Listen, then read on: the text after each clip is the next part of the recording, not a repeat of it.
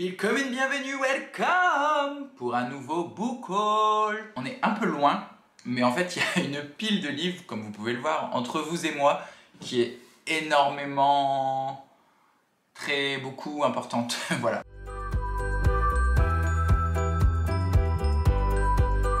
Je me rends compte que j'ai beaucoup craqué. J'étais en train de préparer le book haul, je sortais les bouquins et au fur et à mesure je me disais non Floris, c'est pas possible. Faut arrêter. Bon. Il y en a quelques-uns qui ont été lus, du coup je les ai retirés du book haul vu que je vais vous en parler en vidéo dans les jours ou les semaines à venir. Je me limite aux livres non lus, alors j'ai aucune excuse, c'est totalement indécent, je comprends même pas comment j'en suis arrivé là. Bon, il y en a une grosse partie, non, un quart on va dire, c'est les aliénales. Il y a pas mal de poches et de l'occasion aussi, donc je me dis que c'est pas si mal. Après il y a quand même la rentrée littéraire qui est passée par là, qui a fait que j'allais beaucoup en librairie. Et puis bah évidemment, je n'arrivais pas à être sage en librairie et je prenais d'autres choses. Donc prenez à boire, je sais pas où j'ai mis ma gourde. Attendez, je reviens. Ce serait dommage de pas faire chin-chin quand même. Chin-chin. J'ai pris de l'eau parce que je vais parler énormément tout le long de la vidéo. Non, en fait ça va pas le faire, c'est beaucoup trop loin. Attendez, faut que je trouve une autre façon de vous parler. Bon, pourquoi pas cette petite vue, ma foi. Ça change, on va dire. En premier, j'ai donc acheté À la ligne de Joseph Pontu aux éditions Folio. C'est un roman poétique, c'est du vers libre en fait. Et dedans, c'est Joseph Pontu qui raconte son quotidien en tant qu'ouvrier dans une usine, je ne sais plus de quoi, les usines de poissons et les abattoirs bretons. Donc on va être dans la condition sociale ouvrière, en poésie, ça m'intéresse trop. Malheureusement, l'auteur est décédé assez jeune, là l'année dernière je crois, d'un cancer il me semble. Son premier roman et son dernier malheureusement, vu qu'il est décédé. J'ai très hâte de savoir. Ensuite, je me suis pris un petit Laurent Mauvigné continué parce que j'en avais plus en stock et que j'aime bien toujours en avoir un au cas où. Donc là, dans continué, on va être avec une mère et son fils qui partent à cheval au Kirghizistan parce que le fils est un peu à la dérive. Donc c'est un voyage mère-fils en quête de se retrouver, de retrouver qui on est. Je retrouve la plume, rien qu'à l'œil, je vois ces phrases immenses, ces paragraphes qui n'en finissent pas de Laurent Mauvigné et j'ai très hâte, voilà. Continuer de Laurent Mauvigné. Ensuite, j'ai pris Par le vent pleuré de Ron Rash. Là, on va être avec une jeune fille qui arrive en Floride, je crois. Oui, c'est ça. Non, qui arrive de Floride un été et qui va passer l'été avec Bill et Eugène, qui sont deux frères. Ils vont être totalement séduits par cette jeune fille qui s'appelle Ligia. Sauf que du jour au lendemain, elle va disparaître et tout aura changé dans leur monde. Donc voilà. Ça a l'air d'être assez court mais percutant. Je connais pas du tout Ron Rash. Plusieurs personnes m'en ont parlé en me disant que ça risquerait fortement de me plaire. Donc j'ai pris celui-là qui est ma foi assez court. Et on est, je sais plus où est-ce que ça se passe, mais ça a l'air d'être un peu dans le sud américain comme je l'aime, un peu redneck. Ensuite j'ai acheté Station Eleven de Emily St. John Mandel, qu'on a vu pas mal passer à sa sortie je crois hein, quand même, parce qu'en tout cas moi cette couverture me disait quelque chose, aux éditions Rivage Poche. On va être dans la science-fiction post-apocalyptique, on va suivre un groupe d'itinérants, d'acteurs, je crois qu'ils jouent des pièces de théâtre avec des musiciens dans un monde post-apocalyptique et ils vont rencontrer je pense des gens sur leur route. Moi on me parle post-apocalypse, survivance de l'art, de la musique avec ce groupe de personnes qui font tout pour continuer à perpétuer leur art et le spectacle vivant. Ça me parle tout de suite, en plus c'est de la science-fiction écrite par une femme, ça m'intéresse grave. On va rester un peu dans cette thématique du féminisme avec Elsa Triolet, que j'ai découvert ce mois-ci avec Le Premier Accro coûte 200 francs, qui a été ma meilleure lecture du mois de septembre, vraiment j'ai adoré. Et je compte bien la retrouver avec Rosa Credi, qui est son premier tome de sa saga, alors là c'est L'âge de Nylon. Je crois que chaque tome représente un autre âge. On va être avec une femme qui découvre le modernisme, la salle de bain, l'électroménager, l'hygiène, et qui s'en émerveille à chaque fois. Genre à chaque fois qu'elle fait une de ses découvertes, elle trouve ça fabuleux. Jusqu'à quel point ça va aller. Le titre c'est quand même Rosa Credi. On pense que tout de suite derrière il y a peut-être une contrepartie, quelque chose d'un peu plus maléfique, j'ai envie de dire, en tout cas néfaste. Ça fait 300 pages. Je l'ai eu dans très mauvais état chez Emmaüs, mais bon, ça me dérange pas trop. Le confort de lecture sur ces vieilles éditions Folio n'y est pas. Hein. J'ai lu Premier Accro coûte 200 francs. J'y ai passé beaucoup de temps parce que c'est écrit très petit. Les pages sont jaunies, donc c'est plus dur. Mais bon, le plus important, c'est le texte. Ensuite, j'ai vu ce mois-ci Lola Lafont en tournée sur le texte du Mur Invisible de Marlène Haushofer, que je n'ai pas là d'ailleurs, j'aurais pu vous le présenter mais je vais en parler bientôt. Le Mur Invisible, c'est donc un texte post-apocalyptique. On va être avec une femme qui vit seule, recluse dans une cabane, tout le monde autour d'elle s'est éteint, elle est enfermée entre 4 murs invisibles et elle ne peut pas en sortir et elle est la seule survivante. Et donc j'ai vu cette pièce mise en scène et jouée par Lola Lafont. Et du coup j'ai envie de découvrir l'écriture de Lola Lafont. Je me suis acheté La petite communiste qui ne souriait jamais.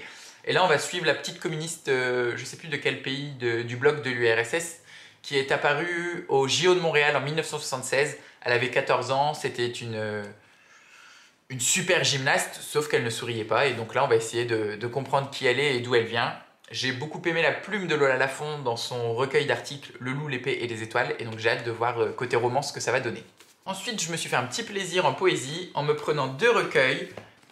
Le premier, un recueil des textes de André Chédid, donc texte pour un poème suivi de poème pour un texte. Je ne sais pas si c'est ses œuvres complètes, mais en tout cas c'est très très complet. Il y a 500 pages de poèmes, j'en ai lu quelques-uns. Pour l'instant, je suis tout bonnement amoureux de cette femme. C'est magnifique, des descriptions de nature très très très belles. Aucune règle dans sa poésie, des vers longs, des vers courts, des rejets, des rimes, pas de rimes, enfin... Tout est différent d'un poème à l'autre, c'est résolument très moderne et c'est très très intéressant. Et la préface est écrite par M, Mathieu Chédid, donc son petit-fils, et c'est très très touchant comme préface. Ensuite, j'en ai parlé je crois en vidéo, je vous ai dit que je n'avais pas les œuvres complètes de Rimbaud, donc c'est chose faite, je me suis acheté ce recueil donc, de chez Gallimard de la NRF, Poésie, Une saison en enfer et Illumination. Je crois que c'est ses œuvres complètes, mais je ne suis pas 100% sûr, parce que je ne sais pas s'il y a les cahiers de Douai. Si, il y a les cahiers de Douai aussi. Je pense qu'il y a tout là-dedans. Après, Rimbaud, il a eu une œuvre assez courte, malheureusement, parce qu'il est décédé très jeune aussi. Donc voilà, ça fait toujours plaisir d'avoir Rimbaud dans sa bibliothèque. Et enfin, je l'ai reçu celui-ci en service presse. Poussière d'absolu de Marc Boré aux éditions Most. C'est un recueil de poèmes donc, de Marc Boré que je suis sur Instagram. Et il m'a gentiment demandé, quand il a vu que je m'intéressais à la poésie, s'il pouvait m'envoyer son recueil. J'ai tout bonnement accepté parce que c'est de la poésie contemporaine et ça m'intéresse toujours. J'ai eu des belles découvertes avec les iconopopes et donc du coup je continue ma découverte de la poésie. Non pas que je sois un professionnel ou quoi. On va être entre assonance philosophique, carnet de voyage et évocation individuelle. Ces poussières d'absolu sont autant de réminiscences ou d'impressions glanées au fil de rencontres et périples au long cours. Ça a l'air très intéressant. Une partie est reversée à l'association du refuge. Je crois que je viens de voir une illustration. Oui, tout à fait, j'ai vu une illustration.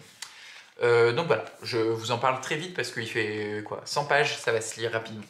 Pour ce qui est de la non-fiction, je me suis pris le journal de Keith Haring. C'est le journal qu'il a écrit durant toute sa vie. Ça vient d'être traduit chez Flammarion. J'adore Keith Haring, c'est un de mes auteurs favoris. Du coup, j'ai hâte de découvrir ce qu'il avait à nous raconter et ce qu'il écrivait dans son journal le soir en rentrant chez lui après avoir fait ses graffitis dans le métro new-yorkais. Un autre service presse que j'ai reçu dernièrement, Les Promises de Jean-Christophe Granger. Je crois en avoir parlé, je ne sais plus. En tout cas, on va être dans un polar durant le Troisième Reich. Des femmes de dignitaires nazis se font tuer et sont retrouvées mortes dans la Spree, qui est le fleuve qui irrigue Berlin. Voilà, on va être avec 3 enquêteurs un peu spéciaux. Il y a un psychiatre, une psycho et un vieux de la Gestapo, je crois.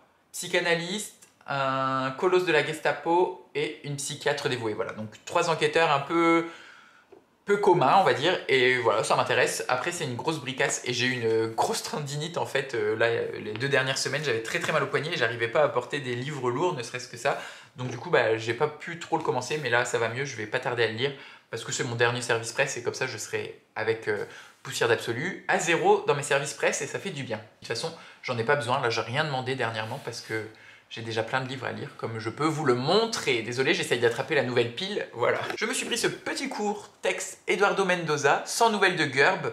Je connais pas du tout l'auteur, c'est un auteur apparemment c'est un auteur apparemment très connu parce que je crois que c'est l'auteur espagnol le plus lu et traduit, voilà. On va être avec un extraterrestre qui débarque à Barcelone pour retrouver son copain extraterrestre qui n'a pas donné signe de vie.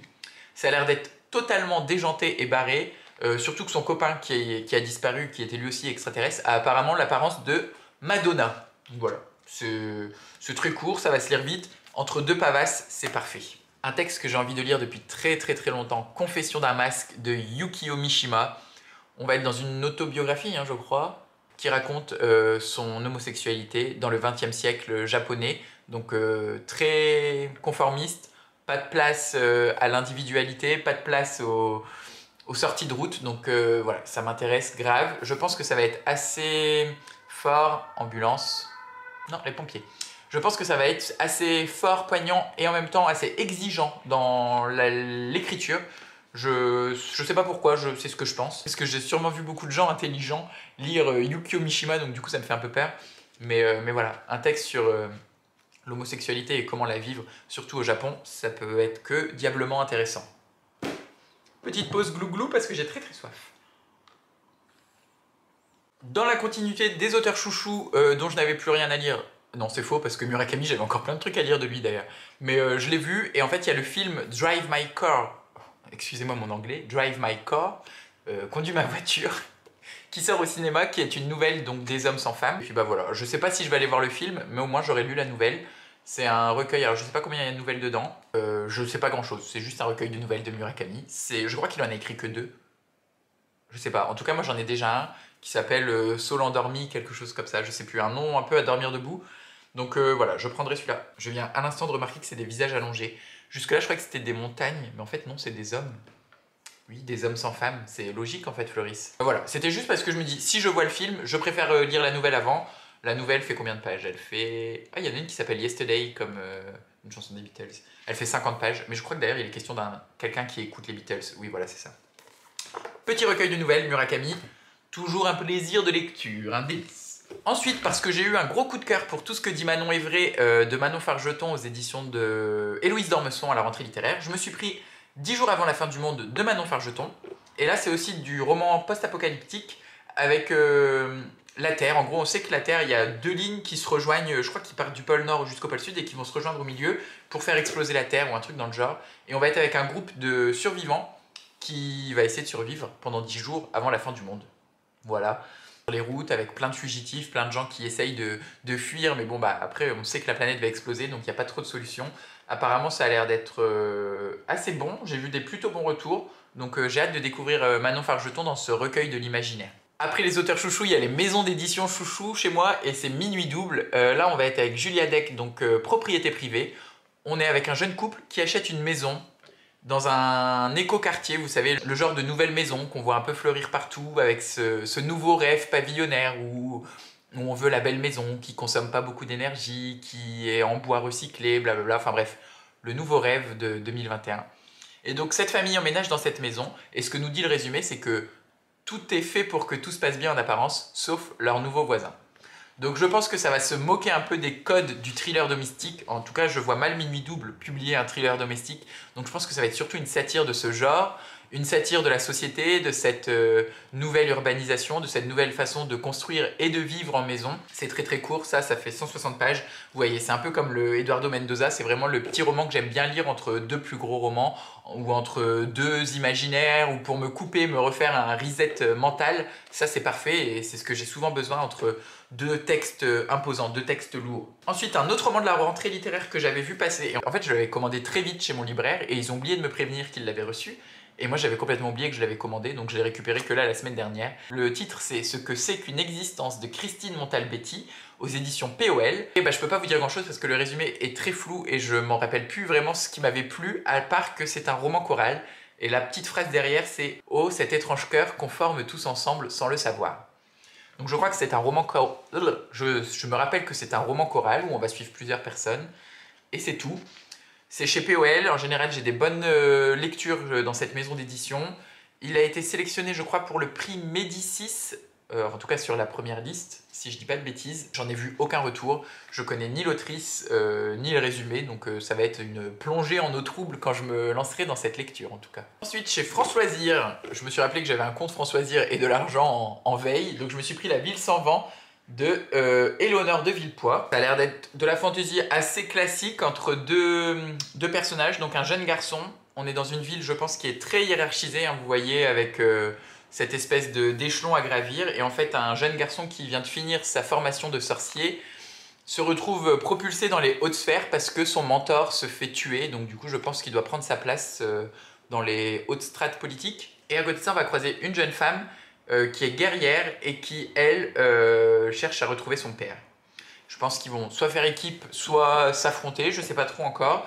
J'ai vu que des bons retours sur ce livre, je crois que même Virginie, ma copine Virginie de la chaîne Totalie Brune l'a bien aimé. Je dis peut-être des grosses bêtises, mais je pense que c'est chez elle que je l'ai vu. J'avais de l'argent sur ma carte France Loisirs, donc voilà. Je me le suis pris là, vous allez voir, après je vais vous faire mon book haul des Aliénales, donc beaucoup d'imaginaire vu que c'est un salon de l'imaginaire. J'en ai acheté pas mal, comme ça je me dis que ça va me faire toute l'année. Je pourrais piocher dedans au fur et à mesure de mon année parce que c'est un genre vers lequel je tends un peu, la science-fiction, la fantasy, le fantastique. Et je me suis fait une grosse pile à lire maintenant, et puis comme ça me tiendra en éveil tout du long de l'année. Shakespeare à Rio de Fernanda Torres aux éditions Gallimard du Monde Entier, oui c'est ça. C'est un roman qui se passe à Rio de Janeiro dans les années 60. C'est une période que j'aime beaucoup parce que je l'ai déjà vue dans une série Netflix qui s'appelle Coisa Mais Linda, qui raconte un peu la naissance et l'émergence de la bossa nova à Rio. Et donc là on va être avec un jeune acteur qui est une star justement dans ce Rio des années 60. C'est un comédien à la mode, il participe à cette émergence de la bossa nova, du cinéma engagé, de la révolution politique. Et 40 ans plus tard, donc dans les années 2000, il se retrouve en prison. Et je crois qu'on va essayer de comprendre comment il est devenu ce jeune premier à ce prisonnier. Donc voilà, de la littérature brésilienne avec laquelle je ne suis pas du tout familier. Et ça m'intéresse, en plus j'ai un ami qui est brésilien, donc du coup j'ai envie de le lire et d'en discuter avec lui. De savoir s'il y a des éléments de vérité dans tout ce qui... Après, l'autrice est brésilienne, hein, donc j'imagine que... Et puis elle est connue parce qu'il m'a dit qu'il la connaissait. Je crois qu'elle est actrice, elle aussi. Oui, voilà, actrice, productrice et écrivaine. Donc il m'a dit qu'il connaissait cette actrice. Donc voilà, j'ai envie de le lire et de parler avec lui. Ça me permet d'échanger parce que on lit tous les deux, mais on n'a pas du tout... Lui, il lit plutôt des essais, des choses comme ça. Et moi, pas tellement. Donc comme ça va peut-être permettre d'échanger un peu sur la lecture entre lui et moi. Ensuite, je me suis pris des milliers de lunes de Sébastien Barry. Je pensais vraiment pas l'acheter en grand format, mais c'était un jour où je devais avoir un coup de mou, j'ai dit bon allez je le prends, ça m'évitera d'attendre un an ou deux qu'il sorte en poche. C'est la suite des Jours sans fin de Sébastien Barry que j'ai lu cet été, vous savez, où on avait suivi ces deux garçons pendant la guerre de sécession, soldats, qui étaient amis, puis amants. Et donc là on va suivre la vie de Winona Cole, qui est une jeune indienne que l'on croise dans le premier roman, donc dans Des Jours sans fin, qui commence à vivre en fait avec les deux jeunes soldats, qui va vivre avec eux. Et donc là on voit comment elle grandit, en tant qu'indienne dans un milieu blanc avec des soldats qui ont fait la guerre, donc au début la ruée vers l'ouest et après la guerre de sécession. Alors apparemment ça peut se lire indépendamment Des Jours sans fin, je peux pas me prononcer parce que je l'ai pas lu encore mais je vous le dirai dès que je l'aurai lu évidemment. En tout cas voilà, Winona, c'était un personnage qu'on a vu un peu dans le roman, elle apparaît quand même souvent dans Des Jours sans fin, mais on ne savait pas plus que ça et un roman qui s'intéresse uniquement à elle, ça m'intéresse trop. Ce que je trouve dommage c'est que la personne qui est sur la couverture ne représente pas vraiment une native indo-américaine, donc c'est un peu bête, surtout que Winona, je crois qu'elle est vraiment purement indienne, enfin une indo-américaine quoi. Voilà, c'est une indienne Lakota, donc je trouve ça un peu bizarre comme choix de couverture. Et ensuite, je me suis acheté Blanc Trou Noir de Aurélien Lenars, aux éditions Rien du tout, parce que c'est un auto-édité. Aurélien, c'est un ami bookstagrammeur, enfin il a un compte Instagram, avec qui j'échange depuis très longtemps, enfin en tout cas depuis que moi j'ai créé mon compte, je crois qu'on s'est très vite suivi mutuellement. Donc j'ai suivi depuis maintenant 7 mois son processus d'écriture, il a beaucoup échangé dessus sur Instagram. Et quand ce roman a été publié, bah évidemment je me suis jeté dessus pour l'acheter. Aurélien d'ailleurs m'avait proposé de m'envoyer le format numérique, j'ai accepté parce que comme ça me permet de, si je veux le lire sur liseuse, de l'avoir en liseuse, mais je trouvais ça normal de l'acheter parce que bah... J'ai pris plaisir à suivre son travail et du coup bah, je trouve ça normal que je l'achète et que je le lise. Donc là on va être dans un roman fantastique. Aurélien il a peur parce qu'il m'a dit t'as pas aimé Vita Nostra. Alors je sais pas si on se rapproche de Vita Nostra mais bon. Parce que lui je crois qu'il a aimé au contraire. Oui c'est ça. Pour toutes les raisons que moi j'avais pas aimé, lui il a aimé Vita Nostra. Donc ça me fait un peu peur mais on verra bien. Et donc dans son roman on va suivre un jeune acteur, Charles Dupuis, qui reçoit une lettre de sa grand-mère. Sauf que sa grand-mère elle est morte depuis plusieurs années. Je crois, ou plusieurs mois, non? Depuis des mois, voilà. Donc du coup, suite à cette lettre reçue par sa grand-mère, il quitte Paris, son métier d'acteur, pour retourner dans sa famille, dans le Nord. Donc ça déjà, maintenant, vous commencez à savoir que c'est une thématique que moi j'adore. Ce retour à la campagne, retour dans la maison familiale, retour aux sources. Donc ce côté-là, je pense que ça va me plaire. Ce côté, je quitte ma vie et je retourne voir d'où je viens. Et je crois qu'une fois arrivé sur place, donc ça se passe dans le Nord, il va se passer des trucs un peu louches pour le petit Charles. Les secrets des histoires aussi magnifiques qu'atroces. J'ai hâte de me plonger dedans, Aurélien, en tout cas ça sera lu. Je ne donne pas de date parce que voilà, je suis un peu chiant là-dessus, mais je le lirai avec plaisir, promis. Et enfin, je suis ce week-end allé aux Aliénales, qui est un salon de l'imaginaire à Lille. Je vais sûrement vous mettre quelques images, bah oui, parce que j'ai filmé. Je sais pas où est-ce que je pourrais mettre les plans, parce que j'ai pas fait de vlog particulier autour de ça. Donc voilà, je vais vous laisser avec quelques images des Aliénales et on se retrouve juste après pour vous faire le bilan et le book haul de ces Aliénales. Je suis dans un état de fatigue, je vous laisse imaginer, parce que vraiment, j'ai dit je vous laisse avec les images et j'ai attendu comme ça, en me disant je vais mettre les images, sauf que j'ai pas besoin d'attendre, je peux parler tout de suite. Bref.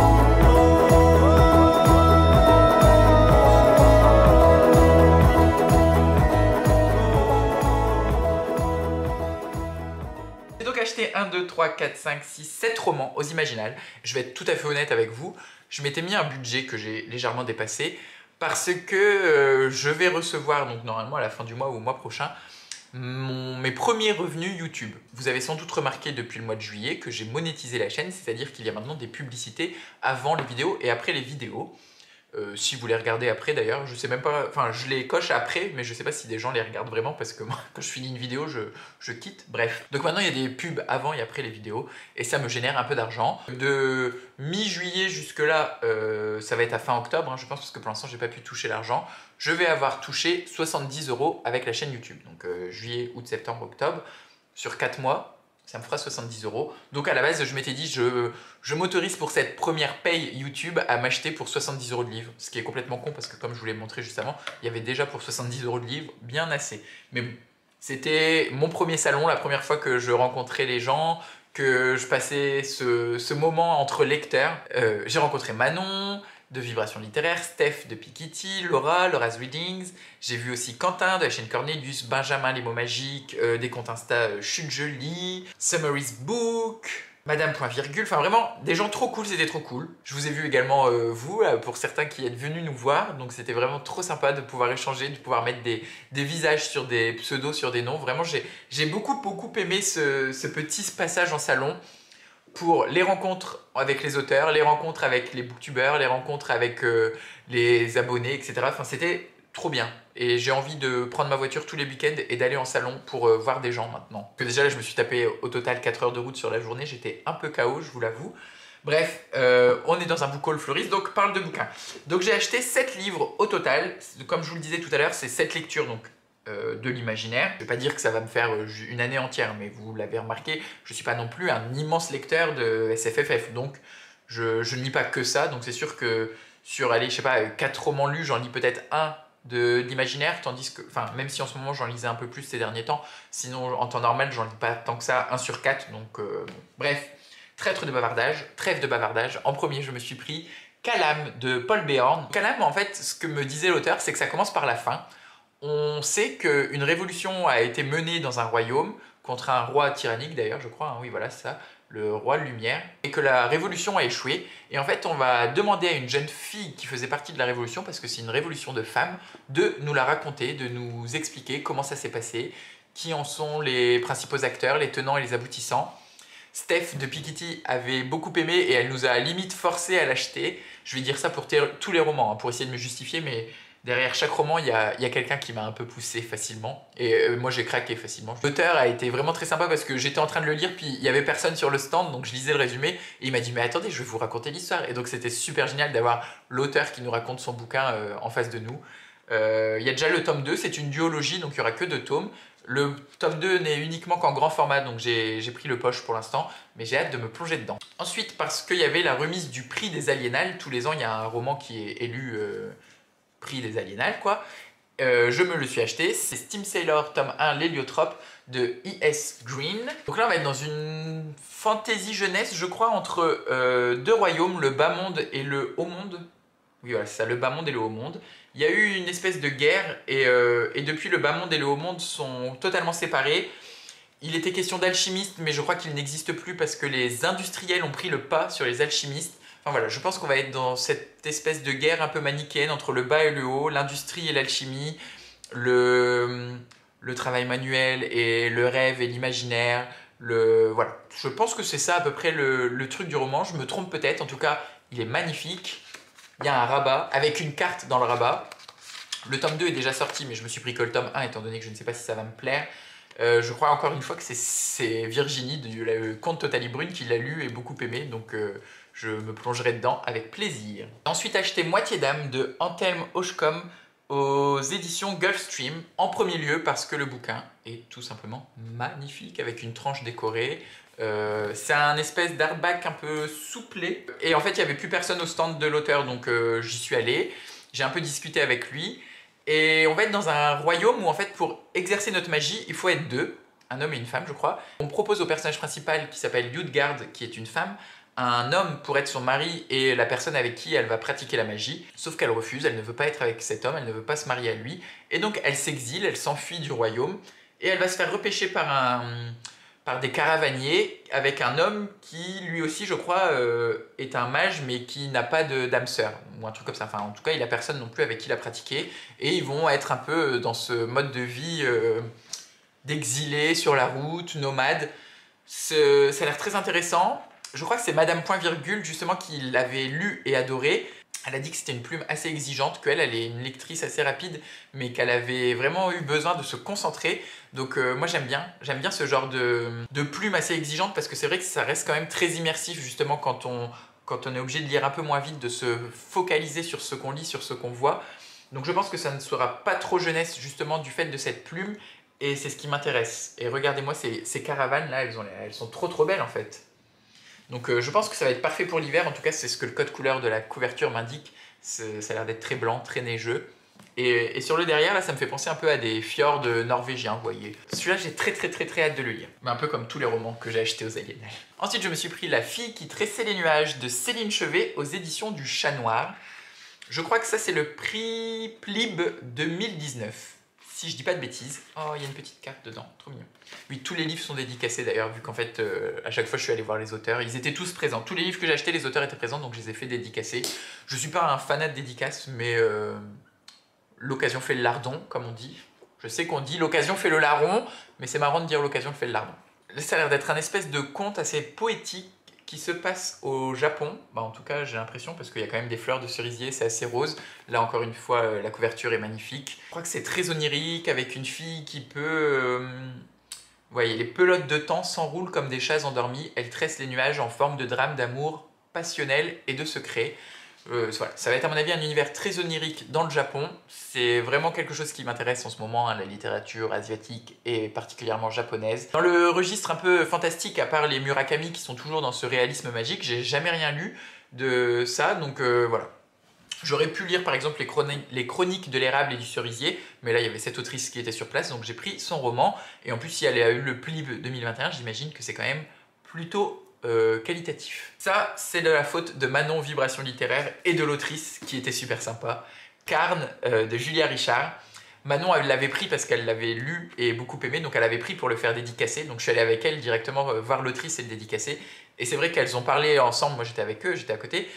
Et l'autrice était trop gentille, elle s'intéressait vraiment à nous, à ce qui avait plu à Manon dans la lecture, même si elles avaient déjà échangé là-dessus. Et donc du coup, bah voilà, Manon m'a dit, c'est vraiment drôle, c'est déjanté. Ça me fait penser un peu à une espèce de Santa Clarita Diet, on va être avec un homme qui a envie de manger de la viande, enfin de la chair fraîche, de l'humain. Ça a l'air d'être un peu barré, un peu intéressant, et en même temps, j'imagine qu'il y a toute une réflexion sur le végétarisme, le véganisme, la consommation de viande. Je crois que l'autrice elle-même est végétarienne ou végane, donc voilà, je pense que c'est pas uniquement un coup de com'. Après, le livre est très drôle parce que vous voyez, ça fait vraiment comme une barquette de viande, il y a le prix, derrière on a le Nutri-Score, enfin le poids net, voilà. C'est assez marrant, je trouve. Le travail éditorial chez L'Homme sans nom est magnifique.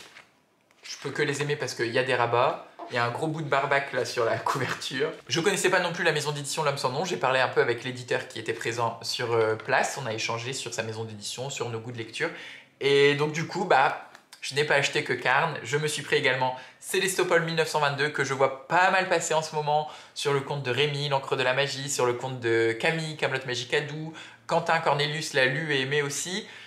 Emmanuel Chastelière était juste à côté de Julia Richard quand j'ai acheté Carn. Donc bon bah voilà, j'ai fait d'une pierre deux coups. Et j'ai hâte, on va être dans une ville, donc Célestopol je crois qui est sur la Lune. Et je pense que c'est un recueil de nouvelles, ou en tout cas plusieurs histoires qui s'imbriquent les unes dans l'autre. Dans les autres, c'est un univers de steampunk un peu russe sur la Lune. Dit comme ça, c'est très bizarre. En tout cas, c'est encore une fois un très beau travail éditorial. Il y a des petites entêtes de chapitres très sympas. Je pense que ça, pareil, pour l'hiver, cette ambiance un peu sombre, vous voyez, steampunk, 1922, qu'est-ce qui se passe, où on est, de la fumée, de la crasse sur les trottoirs, de la suie, des ouvriers. Enfin voilà, je me fais encore une fois 15 000 films, mais why not? Coconut. Et comme je vous l'ai dit, Piketty m'a influencé sur Calam, Manon m'a influencé sur Carn, et ben Laura de Laura's Readings m'a influencé sur les sœurs Carmine, mais aussi Steph de Piketty parce qu'elle adore. Ariel Holtz était présent sur le salon.